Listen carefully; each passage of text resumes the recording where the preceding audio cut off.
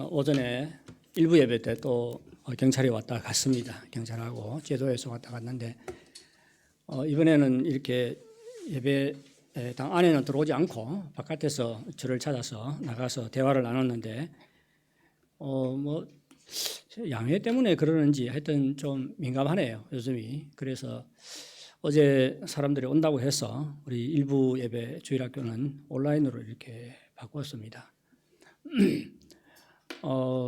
저희들에게 이제 예배 참가하는 사람들의 신상 정보를 요구를 좀 해요.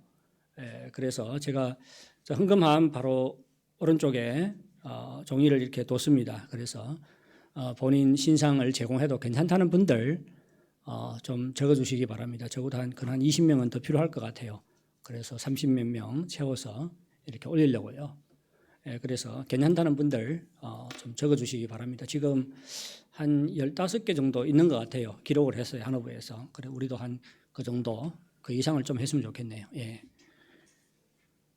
잠깐 기도하겠습니다. 하나님 아버지, 오늘도 우리를 주님 앞으로 불러주시고 이렇게 합심하여 또 주님 앞에 예배를 드리게 하시니 감사를 드립니다. 정말 우리가 이 자리에 모인 것은 주님을 예배하기 위해서인데 주의 이름이 정말로 우리의 경배를 통해서 높임받고 영광 받으시기를 간절히 바라고 원합니다. 우리의 현실이 아무리 어렵다 할지라도 우리는 주님께서 우주 만물을 창조하신 창조주시요 그리고 역사를 주관하시는 만유의 주가 되심을 믿습니다. 그리고 우리가 겪는 모든 일들이 주의 뜻 안에서 벌어지는 것임을 믿습니다. 어려울수록 낙심하지 말게 도와주시고 오히려 주님을 더욱더 의지할 수 있도록 도와주시기를 간절히 바라고 원합니다. 종목교회를 불쌍히 여겨주시고 이 어려운 시기를 또 잘 버텨나갈 수 있도록 인도하여 주시옵소서. 이 시간 귀한 말씀을 들을 때 주께서 선포되는 말씀을 통해서 우리에게 말씀해 주시기를 간절히 바라고 소원하옵나이다. 정말로 주의 말씀으로 인해서 우리의 심령이 새롭게 될 뿐만 아니라 우리의 믿음도 더욱더 견고하게 세워질 수 있도록 역사하여 주시옵소서. 예수님의 이름으로 기도하옵나이다. 아멘. 우리는 살아가면서 여러 가지 삶의 고비들을 만나는 것처럼 우리의 신앙생활에도 여러 고비들이 있습니다. 대학 입학과 졸업 그리고 결혼 이러한 것들이 다 우리 신앙생활의 고비들입니다. 신앙생활의 고비를 잘 넘기면 우리의 믿음이 자라고 또 신앙생활을 안정적으로 하게 됩니다. 하지만 신앙생활의 고비를 잘 넘기지 못하면 교회에 나오는 발걸음이 점점 적어지다가 또 심지어 발걸음을 멈추는 사람들도 있습니다. 어릴 때부터 신앙생활을 하는 사람들에게는 대학 입학이 또 하나의 고비지요. 대학에 와서 동아리 모임이나 다른 데 심취해서 신앙생활을 등한히 하는 학생들을 여러 명 보았습니다. 어떤 사람들은 또 대학 때는 열심히 신앙생활을 한 것 같은데 대학을 졸업하고 사회생활을 시작하면서 신앙생활도 졸업하는 사람들이 있습니다. 그리고 어떤 사람들은 결혼을 한 후에 교회 출석 그만두는 사람들이 있지요. 특히 믿지 않는 사람과 결혼한 사람들은 신앙생활을 중단하는 확률이 아주 높습니다. 그래서 결혼이나 직장생활이나 그리고 대학 입학 이러한 것들이 저는 우리 신앙의 고비라고 생각을 합니다. 우리는 이러한 고비를 잘 넘겨야 합니다. 우리 집에 두 아들은 모태신앙이지요. 뱃속에 있을 때부터 교회에 다녔고 첫째 아이는 유아 세례까지 받았습니다. 첫째는 북경에서 공부했기 때문에 별 걱정을 하지 않았는데 둘째는 다른 도시에 가서 대학 공부를 하기 때문에 대학 입학과 함께 신앙생활을 제대로 하지 않을까 봐 참 걱정을 많이 했어요. 그래서 저희도 말씀드렸지만 입학하는 날 먼저 현지 교회 사역자를 만나서 제 아들을 부탁하고 그 지역교회에 출석하도록 했습니다. 우리 교회 온라인 예배를 드릴 수도 있겠지만 저는 온라인 예배보다도 현장 예배를 드리는 것이 우리 신앙생활에 훨씬 유익하다고 생각했기 때문에 그 지역교회에 출석하도록 했습니다. 제가 두 번째로 제 아들에게 부탁한 것은 자신의 신앙을 숨기지 말고 밝히라는 것이었습니다.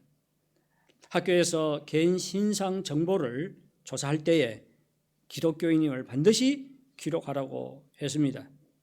그런데 자신이 기독교인인 것을 기록한 것 때문에 여러 가지 어려움과 불이익을 당했습니다. 푸더맨 선생이 자기 반에 기독교인이 있는 것을 알고 아주 싫어했어요. 그리고는 우리 아들을 찾아 1대1로 면담을 했습니다. 첫 번째 질문, 예수 믿는가? 믿는다. 두 번째 질문, 진짜 믿는가? 진짜 믿는다. 세 번째 질문, 앞으로도 계속 믿을 것인가? 걔도 믿을 것이다.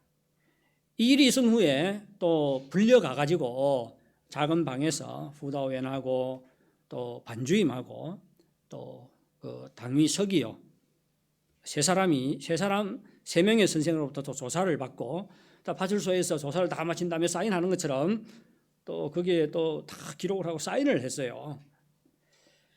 그리고 1년이 지난 후에 또 여러 가지 어려움을 당해요. 2학기 때 이제 반장이 되는데 그것도 이제 원래 반장이 그 F 학점이 있어가지고 성적 F가 있어. 그 부지가한 과목이 있어서 반장을 계속 할 수 없게 되자 그 반장이 우리 아들을 반장으로 추천을 했습니다. 처음에는 푸더맨 선생이 굉장히 반대를 했어요. 왜 다른 학생이 없는 거고 왜 기독교인을 반장을 시키려고 하는 거고. 그런데 뭐 마땅히 아마 반장할 사람이 없었던 것 같아요. 그래서 하는 수 없이 이제 우리 아들을 반장을 시켰는데 이제 한 학기 정도 이제 반장이 되니까 푸더맨 선생하고 많이 접촉을 하잖아요. 많이 접촉을 하고 나니까 푸더맨 선생이 우리 아들도 너무 좋아하게 됐어요, 이거. 예, 그래서 이제 1년 마치고 2학년 때 개학을 했는데 그 여시오 간부에 본인이 결정을 해가지고 원래 이제 선거를 빙쉐를 해야 되는데 그렇게 하지 않고 아예 푸더맨 선생이 지정을 해버렸습니다. 우리 둘째 아들 혜민이는 이번에 여시오 간부다. 이렇게 지정을 했어요. 그리고는 이제 이걸 그 유엔에다가 올렸는데 그만 통과가 되지 않았습니다. 기독교는 어떻게 여시오 간부로 그렇게 빙요할 수 있는가 해가지고 여시오 간부 빙요에서 떨어졌습니다. 제가 과거에 했던 제 아들의 이야기를 말씀을 드리는 것은 우리의 신앙생활에 우리가 직면해야 할 여러 가지 고비들이 있다는 것을 말씀드리기 위해서입니다. 저는 그중에서도 고난과 핍박이 가장 우리가 직면하기 어려운 고비라고 생각을 합니다. 여러분, 우리의 신앙생활은 결코 순탄하지 않습니다. 우리는 신앙생활 과정에 여러 가지 어려운 고비들을 만날 수가 있지요. 신앙의 고비를 만날 때 저는 여러분들이 예수 그리스도를 따르는 길에서 떨어지지 않기를 바랍니다. 신앙의 고비들을 잘 건너므로써 여러분이 참된 신앙인임을 드러낼 수 있기를 바랍니다. 2차 전도 여행 때 바울과 실라와 디모데는 한 팀이 되어서 사역을 했습니다.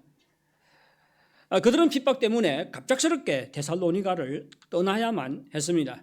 그들은 베레아를 거쳐서 아데노로 갔습니다.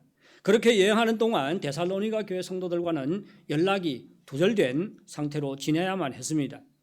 데살로니가 교회 성도들은 예수 믿은 시간이 짧기 때문에 아직 미성숙하고 신앙의 경험이 없는 교회였습니다. 더구나 그들은 믿지 않는 유대인들과 로마 당국자들로부터 심한 억압을 당하고 있었습니다. 바울은 또한 그들이 받는 박해 배후에 뭐가 있다고 생각을 했어요? 외적인 핍박이 있어요. 근데 그것이 끝이 아니고 그들이 받는 박해 배후에 악한 사탄 마귀의 유혹이 있다고 말하고 있습니다. 5절에서 그렇게 말하고 있습니다. 혹 시험하는 자가 너희를 시험하여 우리 수고를 헛되게 할까 함이니, 여기서 시험하는 자는 악한 사탄 마귀를 말합니다. 바울은 데살로니가 성도들이 핍박을 받는 동안 그들을 핍박하는 사람들은 어떤 존재들이죠? 이 흑암의 세력, 이 악한 사탄 마귀의 도구들이지요. 그래서 지금 외적으로 핍박을 받고 있지만 그 배후에 흑암의 세력이 역사하고 있다는 것을 간파하고 있었습니다. 여러분, 핍박 배후에는 우는 사자와 같이 삼킬 자를 찾고 있는 악한 사탄 마귀의 역사가 있습니다. 핍박을 통해서 우리가 믿음을 버리도록 우리를 시험하죠. 유혹합니다. 뿐만 아니라 핍박을 통해서 주의 몸된 교회를 파괴하려고 합니다. 바울은 핍박자들 배후에서 역사하는 악한 영적인 세력의 유혹을 꿰뚫어보고 있었습니다. 그런데 보십시오. 신앙이 어립니다. 그런데 핍박을 받고 있어요. 그리고 그 배후에서 악한 사탄 마귀가 그들로 하여금 신앙을 버리도록 지금 뭐 하고 있습니까? 시험하고 있고 유혹하고 있습니다. 그런데 핍박 앞에서는 그들을 가르치고 격려할 수 있는 사람이 아무도 없었어요. 데살로니가 성도들은 실패할 위험이 많은 믿음이 어린 신자들이었습니다. 갑작스럽게 데살로니가를 떠난 바울은 데살로니가 성도들에 대한 걱정 때문에 견딜 수가 없었습니다. 바울은 데살로니가 성도들이 핍박 때문에 신앙생활을 포기할까 봐 걱정하고 있었습니다. 바울은 그때 당시에 자신의 심정에 대해서 이렇게 말합니다. 1절부터 3절요. 이러므로 우리가 참다 못하여 우리만 아덴에 머물기를 좋게 생각하고, 여기 보면 참다 못하여 그러지요. 막 참지 못할 정도로 어떻게 했다는 것이죠.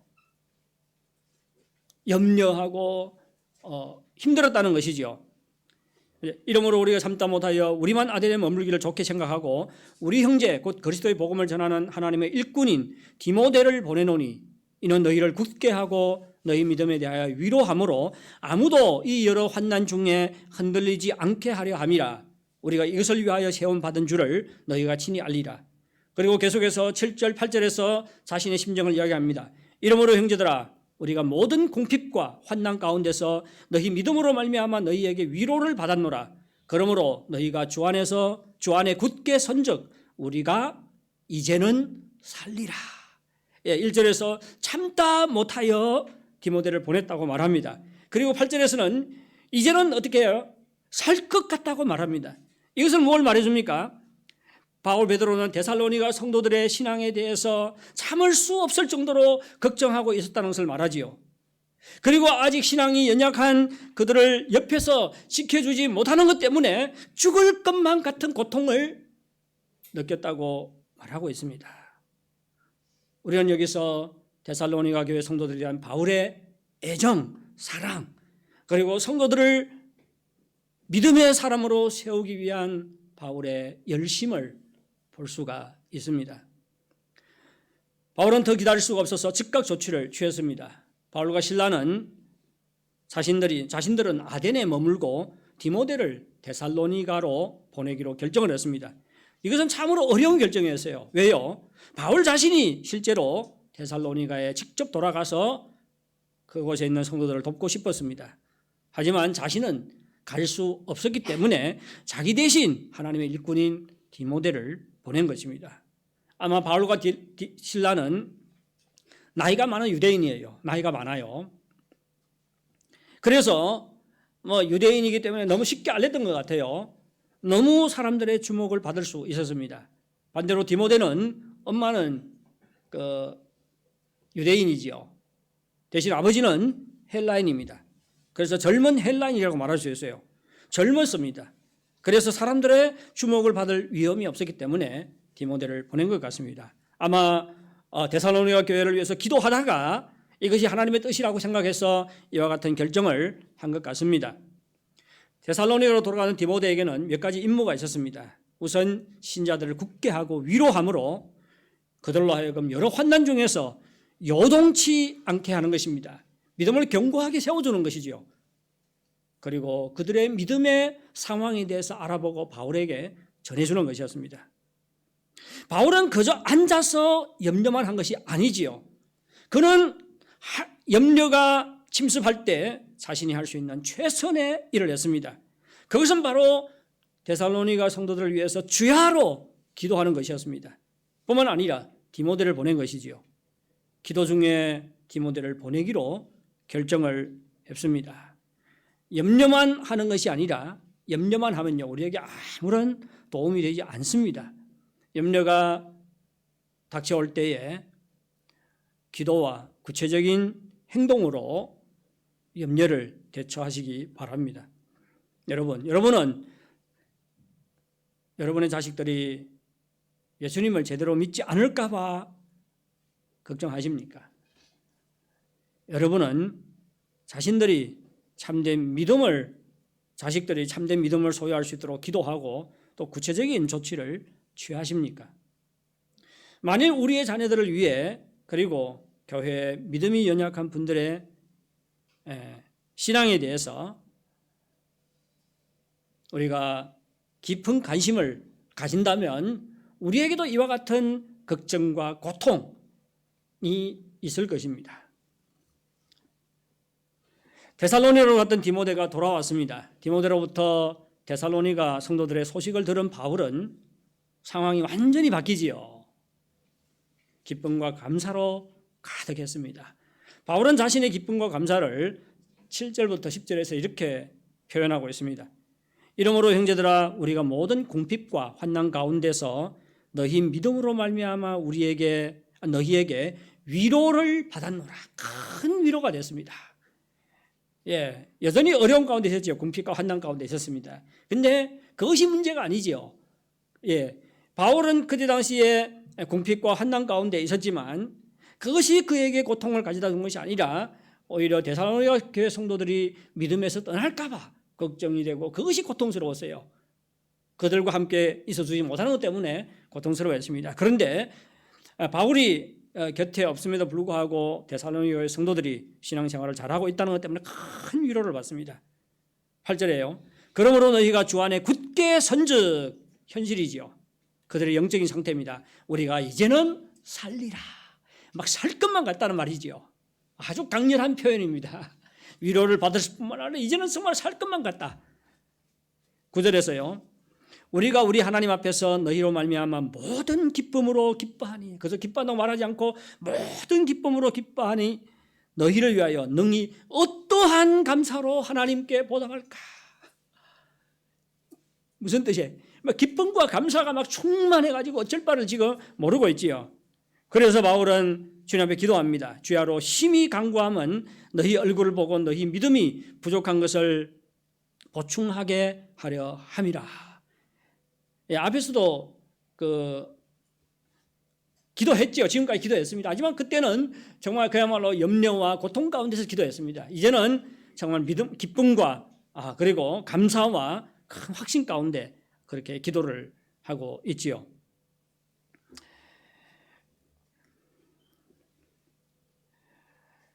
디모데가 준 소식이 어떤 소식이기 때문에 바울은 이토록 기뻐하고 감사하고 있습니까? 6절을 보시기 바랍니다. 6절에 디모데가 전해준 소식이 나옵니다. 지금은 디모데가 너희에게로부터 와서 너희 믿음과 사랑의 기쁜 소식을 우리에게 전하고 또 너희가 항상 우리를 생각하여 우리가 너희를 간절히 보고자 함과 같이 너희도 우리를 간절히 보고자 한다 하니. 아마 디모데가 가서 왜냐하면 바울이 갑작스럽게 떠났기 때문에 바울을 비방하는 사람들이 있었어요. 바울이 어떻게 해요? 데살로니가 성도들을 상관하지 않고 혼자만 떠났다고, 도망갔다고, 바울은 저 사기꾼이라고 그렇게 비방하는 사람들이 있습니다. 이것을 아주 걱정을 했지요. 그래서 디모데가 가서 바울이 얼마나 그들을 사모하고 사랑하는지에 대해서 전해주었던 것 같습니다. 그리고 어떻게 해요? 데살로니가 교회 성도들도 바울을 생각하고 항상 바울을 생각하고 또 바울 팀을 그 일행을 간절히 보고 싶어 한다는 그런 소식을 전해왔습니다. 그런데 이것보다도 바울을 더 기쁘게 했던 것은 무엇이지요? 6절 전반절에 나와 있습니다. 지금은 디모데가 너희에게로부터 와서 너희 믿음과 사랑의 기쁜 소식을 우리에게 전하고. 뭐 때문입니까? 바울이 들은 소식은 데살로니가 교회 성도들의 믿음과 사랑에 관한 소식이었습니다. 데살로니가 성도들은 박해에 맞서서 믿음을 잘 지켜나가고 있었습니다. 그리고 그 가운데서도 사랑을 실천하고 있었습니다. 그들의 믿음은 견고했고 그들의 사랑은 강했습니다. 대적들의 공격을 받아서 믿음에서 떠나기는커녕 견고하게 신앙을 지키고 있었고 또 그들의 믿음은 또한 사랑이라는 구체적인 행동으로 나타났던 것입니다. 데살로니가 성도들의 견고한 믿음과 강한 사랑이 바울의 마음에 기쁨과 감사가 넘쳐나게 했던 것입니다. 여러분에게는 무엇이 큰 기쁨과 감사가 됩니까?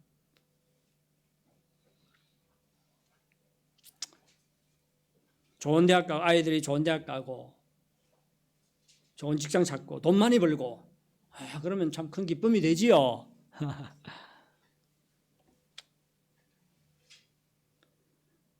제가 묻고 싶은 것은 여러분의 자녀들, 교회 지체들이 믿음의 진보를 보일 때 여러분은 그것으로 인해서 기뻐하고 감사하십니까?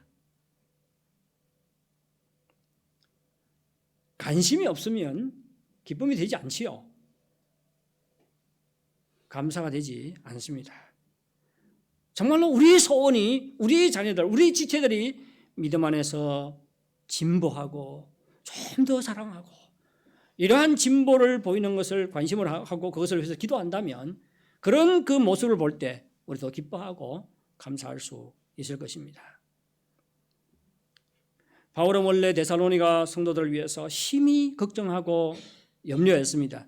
얼마나 염려하고 걱정했던지 죽을 것만 같았지요. 하지만 그들의 신앙에 대한 소식을 디모데로부터 들었을 때 큰 위로를 받았고 살 것만 같았고 기쁨과 감사가 충만했습니다.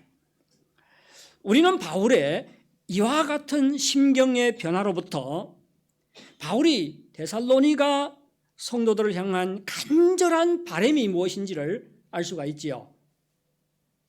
그의 가장 큰 소원은 무엇입니까?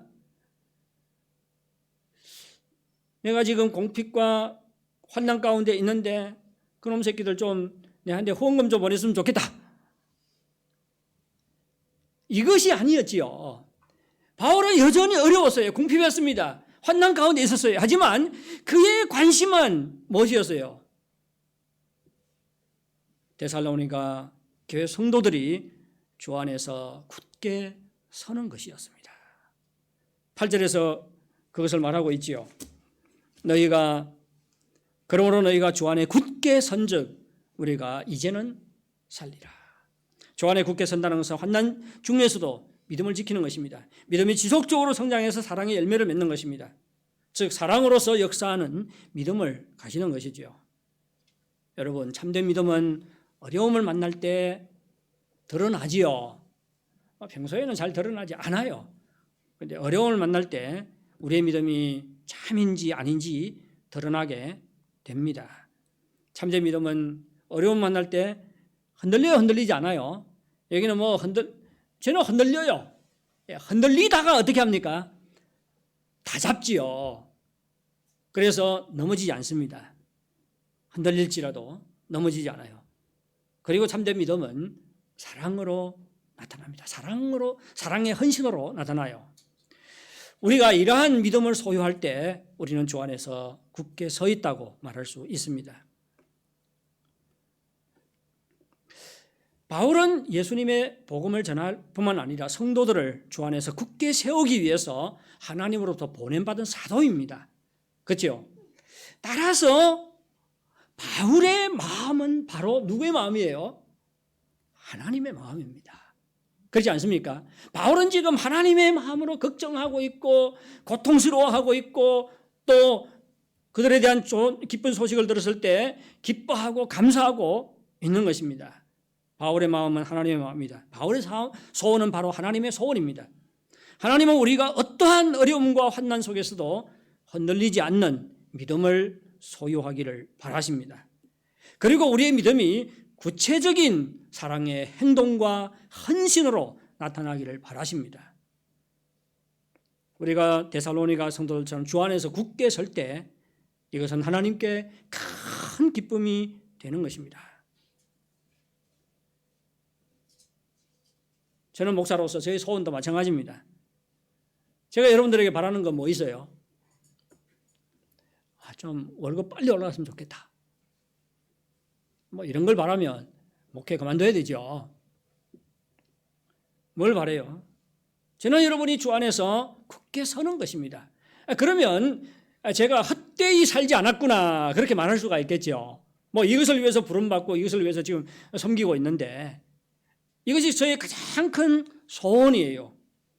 풍랑이 닥칠 때 신앙이 흔들리지 않고 넘어지지 않고 믿음으로 주님을 끝까지 의지하는 것입니다.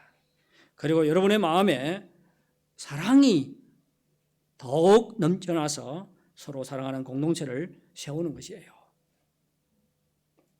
참된 믿음은 환난 속에서 주님을 의지하는 것과 사랑을 실천하는 삶으로 나타납니다. 저는 여러분이 바로 이러한 신앙을 가질 수 있기를 바랍니다. 지난주 수요일 날에 영교에 있는 한 교회에 가서 하나님 말씀을 나누었습니다. 저에게 준 주제가 다음 세대 세우기였어요. 다음 세대 세우기, 다음 세대 신앙 세우기였습니다. 다음 세대의 신앙을 어떻게 세울 것인가는 우리 앞에 놓인 아주 중요한 과제지요. 제가 지난주 일에도 말씀드렸지만 묘족들, 예수 믿는 비례가 아주 높습니다. 그런데 지금 젊은이들이 홍수처럼 빠져나가고 있습니다. 교회를 빠져나가고 있어요. 이것은 그들만의 문제가 아니지요. 지금 우리 주변을 봐도 이런 것을 발견할 수 있을 것입니다. 부모들이 예수 믿지만 자녀들은 예수 믿지 않는 가정이 점점 더 많아지고 있습니다. 한국 교회 참 안타깝지요. 제가 97년도에 유학 가서 2003년도에 돌아왔는데 그때까지만 해도 캠퍼스 사회가 아주 활발했어요. 뭐 그전에는 더 했지요. 예, 한국 교회 성도들 수가 뭐 20%, 근 20%는 안 되죠. 20% 된다고 합시다. 그러면 그 대학생들이 예수 믿는 비례수가 얼마 정도 돼야 정상이라고 생각하십니까? 예, 20% 기독교인 비율 중에 얼마 정도가 돼야 되겠어요? 대학생들 예수 믿는 비례가 5% 미만입니다. 그러면 이 아이들 어릴 때 주일학교 다녔어요, 안 다녔어요? 다 다녔어요. 근데 대학교에 가서 교회에 나오지 않습니다. 이거는 한국 교회만의 문제가 아니죠. 중국 교회도 장차 이러한 상황을 겪게 될 거라고 생각을 합니다. 정신을 차려야 됩니다. 정말로 우리 자녀들을 우리가 다른 애들한테는 영향을 미치지 못할지언정 우리 자녀들이라도 바르게 세우기 위해서 최선을 다해야 합니다. 하나님께서 우리에게 자녀를 맡겨주신 것은 그들을 건강한 사람, 지혜로운 사람으로 키워서 이 세상에서 성공시키는 것, 그것이라고 생각하십니까? 물론 건강하게 키워야 됩니다. 지혜로운 사람으로 키워야 됩니다. 스스로 살아갈 수 있도록 최선을 다해서 도와줘야 됩니다. 하지만 하나님께서 우리에게 우리 자녀들을 맡기신 것은 이것이 전부 목적이 아니라 하나님을 경외하는 믿음의 사람으로 키우도록 하기 위해서입니다. 우리가 주 안에 굳게 설 뿐만 아니라 우리의 다음 세대도 우리와 같이 주 안에 굳게 서는 것이 하나님의 소원이고 바람입니다. 따라서 이러한 열매가 맺어지도록 우리는 걱정해야 되고 기도해야 되고 또 구체적인 조치와 행동을 취해야 합니다. 그러면 어떻게 하면 주 안에서 굳게 섬으로 하나님의 기쁨이 될 수 있을까요? 우선 고난에 대한 바른 시각을 가져야 됩니다. 이건 아주 중요해요. 신앙생활에는 고난을 피할 수가 없지요. 오늘 성경이 말하는 것입니다. 우리가 3절에 보면 이렇게 말합니다. 아무도 이 여러 환난 중에 흔들리지 않게 하려 함이라 우리가 이것을 위하여 세움을 받은 줄을 너희가 친히 알리라. 잠깐만요. 이 한국말하고 좀 다르네. 좀 환난 중에 우리가 이것을 위하여 세움을 받은 줄 중국어 성경에는 受患难是命定的 그래놨어요. 정해진 것이다. 하나님께서 우리에게 정해놓은 것이다. 그리고 4절에 우리가 너희와 함께 있을 때에 장차 받을 환난을 너희에게 미리 말하였는데 과연 그렇게 된 것을 너희가 아느니라. 우리는 이 구절을 통해서 신앙생활은 고난을 피해갈 수 없다는 것을 알 수가 있습니다. 따라서 고난이 닥칠 때 피해갈 생각을 하지 말고 믿음으로 적극적으로 직면하고 대처해 나가야 됩니다. 고난은 우리 생활에서 가장 넘기 어려운 고비지요. 우리가 믿음으로 적극적으로 고난을 대처해 나갈 때에 우리는 주 안에서 굳게 설 수 있습니다. 저는 지지난주에 19일 날에 여기서 일부 예배 때 좀 작은 소동이 벌어졌지요.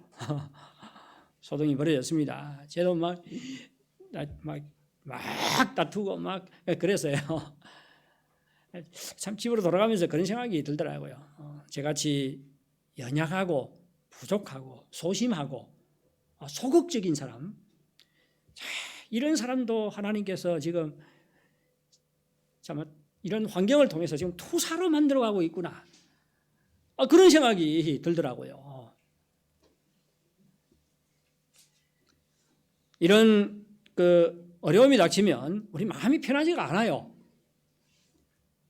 지난 주일에 저는 이런 핍박 뒤에 악한 사탄 마귀의 역사가 있다고 생각을 합니다. 지난 주일 날에 19일 날이네요. 두 주밖에 안 지났네요. 아니, 한 주밖에 안 지났나? 지난 주일 날 들어봤지요. 오늘 26일이니까. 예. 오후에 이제 예배를 마치고 6시 정도에 앉아서 기도하는데, 기도하는데 갑자기 막 이글이글거리는 그런 화면이 이렇게 눈에 보이는 게 아니고 막 머릿속에 이렇게 나타나요. 그러면서 갑자기 무슨 생각이 드냐면, 우리의 전쟁은 육체의 전쟁이 아니지요.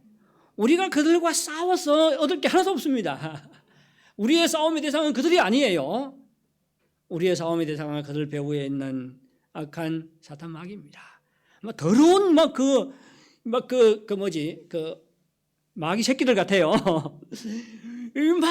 교회를 덮치는 것 같은 그런 화면이 기도하는데 머리에 오르더라고요. 그때 제가 느낀 게, 이 전쟁은 육체적인 전쟁이 아니라 영적인 전쟁이다.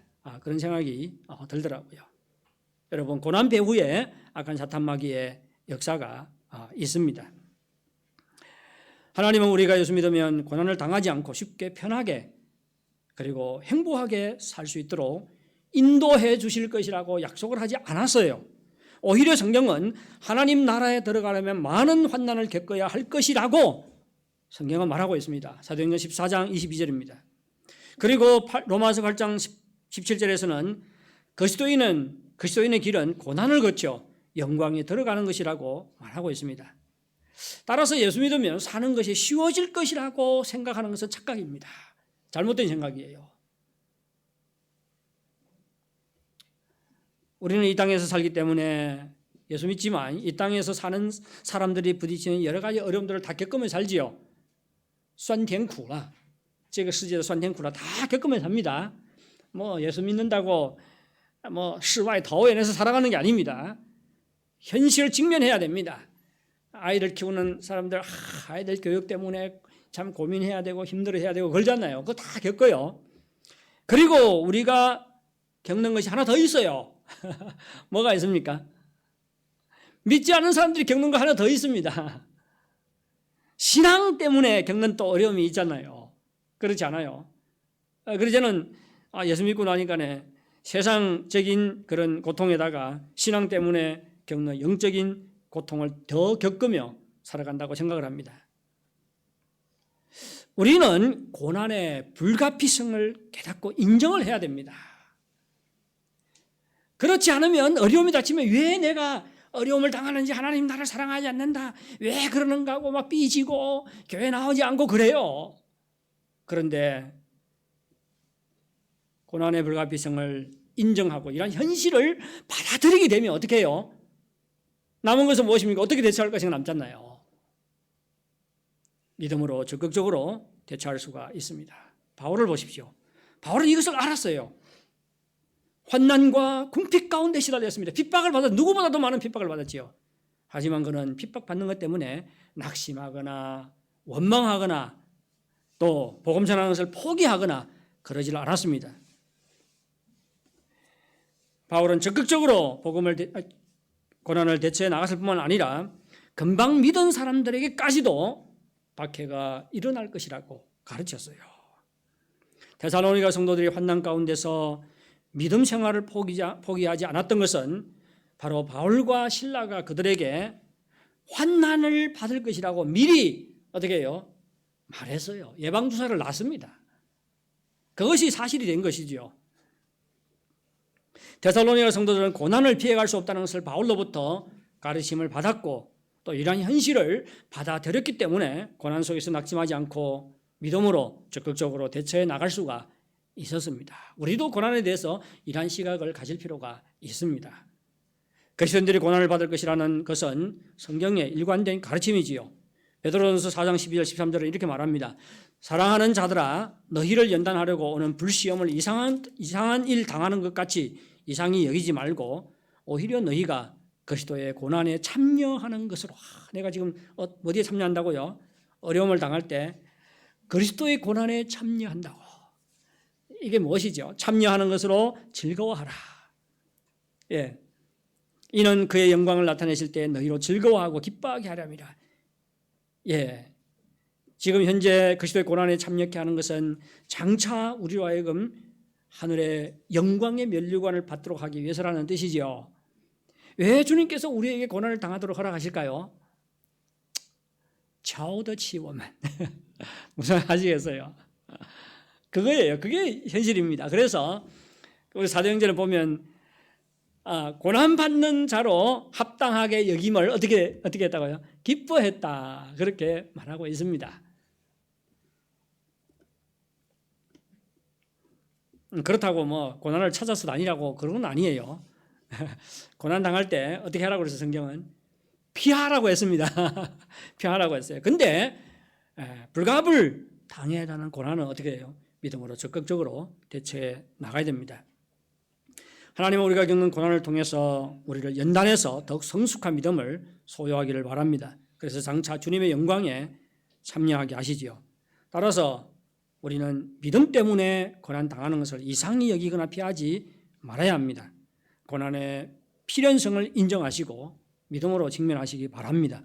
고난 속에서도 즐거워할 수 있기를 바랍니다. 이 고난에 대한 새로운 시각을 가질 때 우리의 믿음이 주 안에 굳게 설 수 있습니다. 두 번째, 믿음의 부족함을 인정하고 끊임없이 믿음의 성장을 이루어 가야 됩니다. 우리가 주 안에 굳게 서기 위해서는 우리 믿음의 부족함을 깨닫고 믿음의 성장을 이루어 가야 합니다. 믿음의 부족함을 인정하지 않으면 그리고 자신의 믿음이 이만하면 괜찮다고 만족하게 되면 우리의 믿음이 진보할 수 없을 뿐만 아니라 그때부터 우리의 믿음은 내리막길을 가게 되어 있습니다. 우리의 믿음이 성장을 멈추는 순간 우리는 원래의 상태를 유지하는 것이 아니에요. 우리의 믿음은 내리막길을 가게 됩니다. 우리가 믿음의 성장을 이루어갈 때 우리는 주 안에 굳게 설 수 있고 그리고 우리의 믿음의 성장을 이루기 위해서는 우리의 믿음의 부족함을 인정해야 합니다. 10절을 보시기 바랍니다. 10절에서 이렇게 말합니다. 주야로 심히 간구하면 너희 얼굴을 보고 너희 믿음에 부족한 것을 보충하게 하려 함이라. 참 이상하지 않습니까? 바울은 앞에서 데살로니가 교회 성도들의 믿음에 대해서 충분히 인정하고 어떻게 했어요? 막 칭찬을 했지요. 그리고 또 그들의 믿음 때문에 기뻐하고 막 감사한다고 말하고 있습니다. 그런데도 불구하고 난데없이 뭐라고 말합니까? 너희 믿음에 부족한 것이 있다고 말합니다. 그리고 자신이 그들을 만나서 그들 믿음에 부족한 것을 보충하기를 원한다고 말하고 있어요. 왜 그렇습니까? 아무리 칭찬받는 믿음이라 할지라도 완전에 도달한 믿음은 없습니다. 따라서 우리는 우리 믿음에 부족한 것이 무엇인지를 살펴야 하고 발견해야 되고 제때 보충해 나가야 됩니다. 이를 위해서 성경 공부가 필요하고 겸손하게 주의 말씀을 읽고 공부하는 그런 자세가 필요합니다. 끊임없이 말씀 공부를 통해서 또 말씀 묵상을 통해서 여러분 믿음에 부족한 것이 무엇인지 발견하고 보충하는 여러분들이 되시기를 바랍니다. 성경을 통독하는 과정 중에 참 뭐 다 알던 말씀이지만 참 마음에 꽂히는 말씀이 있지요. 옛날에 계속 보았던 말씀인데 마음에 꽂혀요. 마음에 꽂히게 되면 계속해서 그 말씀을 묵상하게 되고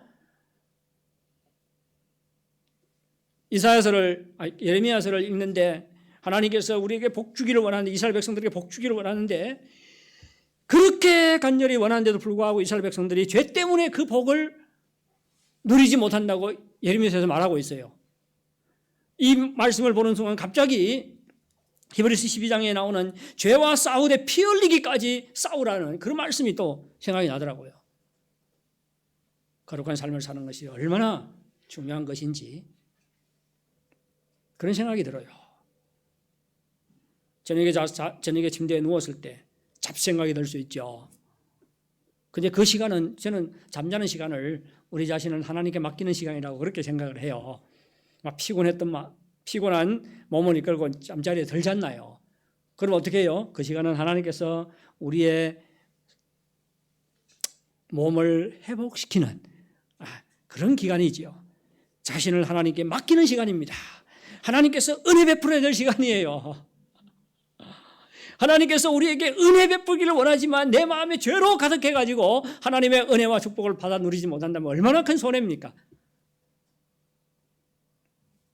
잡생각하지 마시고 무슨 생각을 해야 돼요? 하나님의 말씀을 묵상하면서 잠자리에 들 수 있기를 바랍니다. 우리는 우리 자신의 믿음의 부족함을 인정하고 이 말씀을 통해서 우리의 부족함을 발견하고 끊임없이 보충해 나갈 때 우리 신앙이 성장할 수가 있습니다. 마지막으로 우리는 우리의 신앙을 위해서 기도해야 합니다. 주 안에 굳게 서기 위해서 우리는 기도해야 합니다. 바울은 데살로니가 성도들의 믿음 때문에 한없이 감사하고 또 뭐라고 말하고 있습니까? 능히 어떠한 감사로 하나님께 보답할꼬 그래요. 왜 이렇게 데살로니가 성도들의 신앙 상황에 대해서 들을 때 이렇게 감사가 넘쳐났습니까? 이것은 무엇을 말해주죠? 사도 바울이 데살로니가 성도들을 위해서 쉬지 않고 기도했다는 것을 말해줍니다. 하나님께서 그의 기도를 들으시고 데살로니가 성도들의 믿음이 견고히 서도록 붙잡아 주셨다는 것을 믿었기 때문에 이렇게 그의 마음에는 감사가 넘쳐났습니다. 고린도전서 3장 7절은 말합니다. 심는 이와 물 주는 이는 아무것도 아니로되 오직 자라게 하시는 이는 하나님 뿐이시니라. 우리의 믿음을 견고하게 세워주시는 분은 하나님이십니다. 하나님께서 바울의 기도를 들으시고 데살로니가 성도들의 환난 속에서도 믿음이 흔들리지 않도록 그들을 붙잡아 주었던 것처럼 우리의 기도를 들으시고 우리의 믿음이 견고하게 세워지도록 역사할 것을 구하시기 바랍니다. 여러분 자신의 믿음을 위해서 기도하시고 또 지체들의 믿음을 위해서 기도하시기 바랍니다. 더욱이 우리가 빼놓지 않고 우리가 기도해야 될 것은 다음 세대 우리의 자녀들의 믿음이 견고하게 주 안에서 세워지는 것입니다. 다음 세대의 믿음을 세우는데 우리의 역할이 있지요. 최선을 다해야 합니다. 하지만 결국은 누가 역사해야 됩니까? 하나님만이 이룰 수가 있습니다. 따라서 사명감을 가지고 다음 세대가 주 안에서 굳게 설 수 있도록 기도하는 여러분들이 되시기를 바랍니다. 사랑하는 성도 여러분, 우리가 주 안에 굳게 서는 것은 하나님의 소원이요 기쁨입니다. 우리가 주 안에 굳게 섬으로 어떠한 풍랑과 환난 속에서도 믿음으로 행할 수 있기를 바랍니다. 사랑의 열매를 맺을 수 있기를 바랍니다. 주 안에 굳게 서기 위해서 고난받는 것을 당연하게 생각하고 믿음으로 적극적으로 대처해 나가시기를 바랍니다. 뿐만 아니라 우리 믿음의 부족함을 발견하고 믿음의 성장을 이루어가시기 바랍니다. 그리고 우리 믿음이 끊임없이 자라도록 하기 위해서 하나님께 기도하는 여러분들이 되시기를 바랍니다. 특히 우리의 다음 세대가 주 안에 굳게 설 수 있도록 쉬지 않고 기도하시기 바랍니다. 우리 모두가 주 안에서 굳게 섬으로 하나님의 기쁨이 될 수 있기를 바랍니다. 우리 다 같이 찬송가 어려운 일 당할 때 이 찬양을 부르겠습니다.